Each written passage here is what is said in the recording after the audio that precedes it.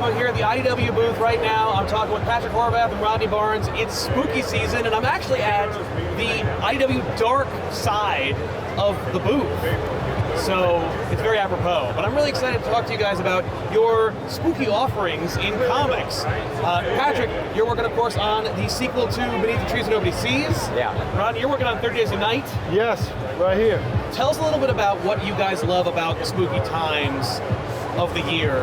Personally, like, I'm a Halloween year-round type of guy, but it's finally fun to just, like, you know, it's not limited to my own entertainment area. Now it's like bled out into the rest of the world, so you get to like celebrate all of the different like escape rooms and like Halloween scare houses and things like that. So I like to like enjoy whatever sort of, you know, fun like installation stuff that they got going on or whatever. And then also like usually the theaters are showing either revival stuff that's awesome, and I get to see something like Near Dark playing in a revival theater or something like that or whatever it is. So it's a fun time to just like fully celebrate. And also like I love the cooler weather. I love like the little break from summer that we get. I love all of it. You covered everything I was going to say. I was hoping he leaves this out, and when you got to the weather, I'm like, okay. You know, I'm a member of the American Cinematheque back in LA, so The Exorcist, The Changeling, Nightmare on Elm Street. I can rejoice in those places with other people that love this time of year. Just like, because it's kind of odd in January and April to be looking for The Exorcist. That's true. Especially April around Easter. But, you know, once you get at this time of the year, it's for all of us. It's like a big party. Yeah, it's like Beyond Fest kind of kicks off in LA, and then you have your genre stuff. You know it's all coming, and then it's like, that's 100% right. You get that community. You get to see your people, you know? Yes.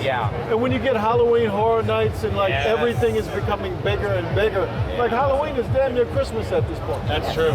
Yeah, it's my Christmas, man. Yeah, and the best part is you don't have to get anybody anything except candy. Exactly. Which is always dirt cheap. So and you can scare them, and then blame Halloween. But tell us more about 30 Days a Night. What is your elevator pitch for this book right now?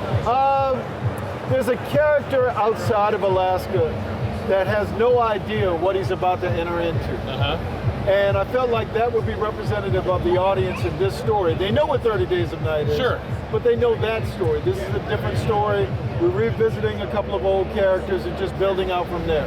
How much fun has it been to revisit this world that you brought and tell more of Samantha's story?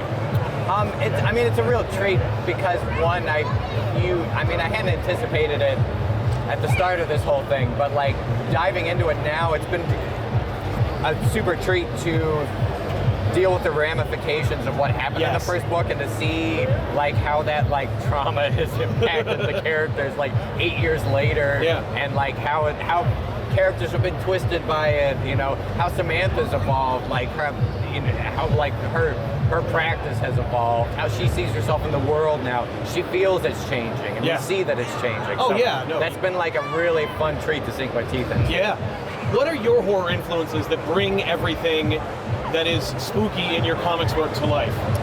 I'm a big fan of Richard Matheson and Stephen King, Anne Rice, the classics. I'm also a fan of Steve Niles. As well. And Steve invited me on to this, and you know, I love being able to play in his world. So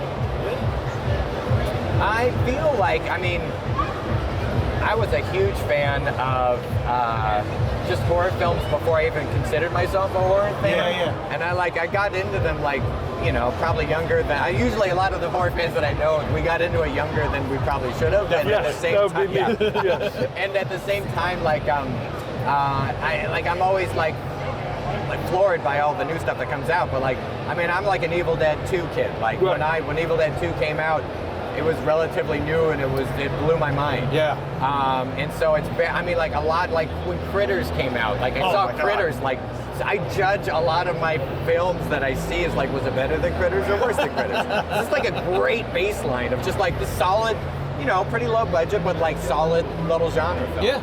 And so that's that 80s stuff is probably the most ingrained thing in me.